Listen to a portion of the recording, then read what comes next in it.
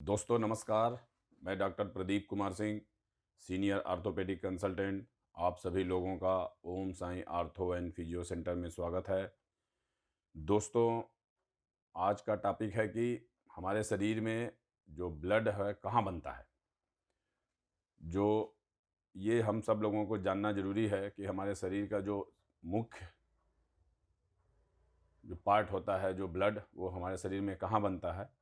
तो दोस्तों, सबसे पहले ये हमें जानना चाहिए कि ब्लड के अंदर क्या-क्या होता है। ब्लड के अंदर सेल्स होते हैं कुछ, जो जैसे आरबीसी होता है, डब्ल्यूबीसी होता है, प्लेटलेट होता है और फ्लूइड पार्ट होता है, जैसे पानी जिसको प्लाज्मा कहते हैं। प्लाज्मा के अंदर प्रोटीन होता है, फाइबर्स होते हैं प्रोटीन के।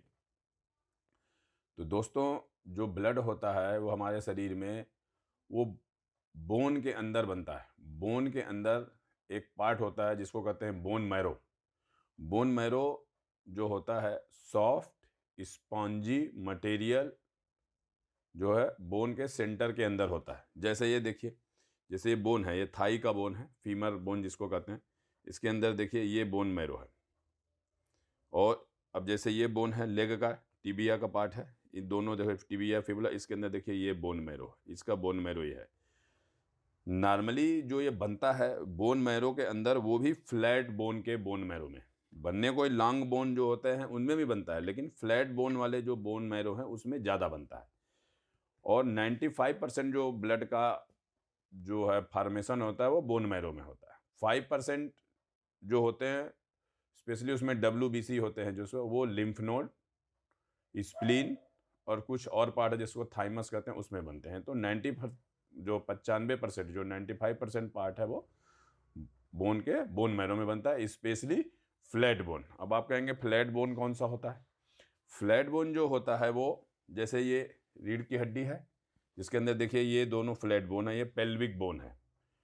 और स्कैपुला बोन है, देखिए ये दो स्कैपुला बोन है, ये बैक की जो होती है स्कैपुला बोन, ये भी फ्लैट बोन है। स्टर्नम जो होता है, जो चेस्ट के अंदर जो होता है पसलियां होती हैं, ये भी फ्लैट बोन के अंदर होती है। लेकिन जो स्टर्नम वाला पार्ट है, इसको कहते हैं ब्रेस्ट बोन भी कहते हैं। ये स्टर्नम में भी ब्लड का फॉर्मेशन ज़्यादा होता है। और जिसी तरह हेड है, जो ये हमारा स्कल है, उसके अंदर जो बोन्स होती हैं वो भी फ्लैट बोन के अंदर आती है। दोस्तों, जो स्पेशली जो आरबीसी होता है और ब्लड के अंदर, और डब्ल्यूबीसी होता है और प्लेटलेट्स होता है, इन तीनों की लाइफ होती है। जैसे आरबीसी की लाइफ होती है लगभग 120 डेज। डब्ल्यूबीसी की जो लाइफ होती है वो लगभग कुछ घंटे से लेके कुछ दिन तक होती है। और प्लेटलेट की लाइफ होती है लगभग 10 दिन के आसपास। तो दोस्तों, जो आरबीसी का जो प्रोडक्शन होता है, जिसके अंदर आरबीसी के अंदर ही हीमोग्लोबिन होता है, जो रेड ब्लड सेल्स है जिसको कहते हैं आरबीसी, उसके अंदर हीमोग्लोबिन होता है।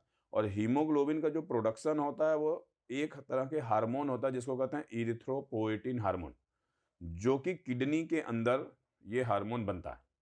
तो जो उसका कंट्रोल है, रेगुलेशन है जो हीमोग्लोबिन का, वो इरिथ्रोपोएटिन हार्मोन से होता है, जो कि किडनी के अंदर ये बनता है।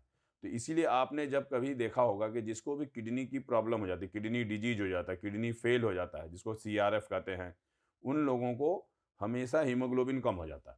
इसीलिए कम होता है कि ये इरिथ्रोपोएटिन हार्मोन जो किडनी में बनता है वो बनना कम हो जाता है, जिसकी वजह से हीमोग्लोबिन की डिफिशियंसी होने लगती है। तो इसलिए जिनको भी किडनी डिजीज होती है उनको हमें हीमोग्लोबिन बढ़ाने की दवाइयाँ दी जाती है, और कई बार तो हमको ब्लड भी ट्रांसफ्यूज करना पड़ता है, चढ़ाना पड़ता है। जो ओल्ड जो आरबीसी हैं, या जो ब्लड के अंदर जो सेल्स हैं, जैसे आरबीसी, डब्ल्यूबीसी, प्लेटलेट, ये सारे, तो जो ओल्ड हैं, जो डैमेज आरबीसी हैं, उनका जो है सर्कुलेशन से जो उनको कैसे हटता है, वो लीवर के अंदर और स्प्लीन के अंदर जाके वो डैमेज हो जाते हैं। तो इनको शरीर से जो ओल्ड है, जो डैमेज है, उनको बाहर निकालने का काम लीवर और स्प्लीन करता है। और दोस्तों, आपने ब्लड कैंसर का नाम सुना है। ब्लड कैंसर क्या होता है? ब्लड कैंसर बेसिकली होता क्या है कि जो ये बोन मैरो हैं, चाहे लॉन्ग बोन के बोन मैरो, चाहे फ्लैट बोन के बोन, जैसे लॉन्ग बोन के बोन मैरो हैं, फ्लैट बोन के बोन मैरो, जैसे ये फ्लैट है, ये फ्लैट है, ये स्पाइन के जो वर्टिब्रे हैं इसके अंदर भी बोन बनता है। तो कभी कभी ये जो बोन मैरो हैं, इसके अंदर जो सेल्स बन रहे हैं, आरबीसी, डब्ल्यूबीसी, प्लेटलेट जो बनते हैं, इनके अंदर जो है या तो आरबीसी, डब्ल्यूबीसी बहुत ज़्यादा मात्रा में बनने लगता है या बहुत कम मात्रा में बनने लगता है। जब बहुत ज़्यादा मात्रा में बनने लगता है, जो कंट्रोल से बाहर हो जाता है, तो जिसकी वजह से जो नॉर्मल्स जो ये बोन मैरो हैं, इसका फाइब्रोसिस हो जाती है या इसके अंदर जो कैंसर सेल से रिप्लेस हो जाता है। तो अगर कैंसर सेल से ये रिप्लेस हो जाएगा नॉर्मल जो सेल्स हैं, जिसकी वजह से हमारा नॉर्मल जो हीमोग्लोबिन, डब्ल्यूबीसी, आरबीसी, जो प्लेटलेट जो बनना है, वो बिल्कुल या तो बहुत ज़्यादा मात्रा में होने लगता है या फिर बहुत कम मात्रा में होने लगता है। इसीलिए इसको कहते हैं ब्लड कैंसर को हमको ल्यूकीमिया कहते हैं। वो भी कई तरह का होता है, acute myeloid leukaemia, acute lymphocytic leukaemia, chronic myeloid leukaemia, chronic lymphocytic leukaemia, जिससे इनको इन्हीं ल्यूकीमिया को हमको शॉर्ट फॉर्म में नाम देते हैं एएमएल, सीएमएल, एएलएल और सीएलएल। तो इस तरह के कॉमन ल्यूकीमिया होते हैं जो ब्लड कैंसर के नाम से जाना जाता है। उनमें यही होता है कि जो नॉर्मल से बोन मैरो हैं, उसके अंदर ये जो नॉर्मल सेल्स हैं वो कैंसर सेल से वो रिप्लेस हो जाते हैं, जिसकी वजह से ये नॉर्मल अपना फंक्शन नहीं करता। तो इसीलिए हीमोग्लोबिन, आरबीसी, डब्ल्यूबीसी इनकी या तो मात्रा बहुत ज़्यादा बनने लगती है या तो बहुत कम बनने लगती है, जिसकी वजह से पेशेंट को टाइम से मतलब बहुत ज़्यादा खून की कमी होने लगती है और बार बार इन्फेक्शन होने लगता है। इसीलिए इसका कई बार आप देखोगे जिसको ब्लड कैंसर हो गया उनको बोन मैरो ट्रांसप्लांट किया जाता है। इसीलिए बोन मैरो को, जो कैंसरस बोन मैरोस को हटा के कीमोथेरेपी करके फिर उसके बाद इसके अंदर नॉर्मल जो है बोन मैरो ट्रांसप्लांट किया जाता है।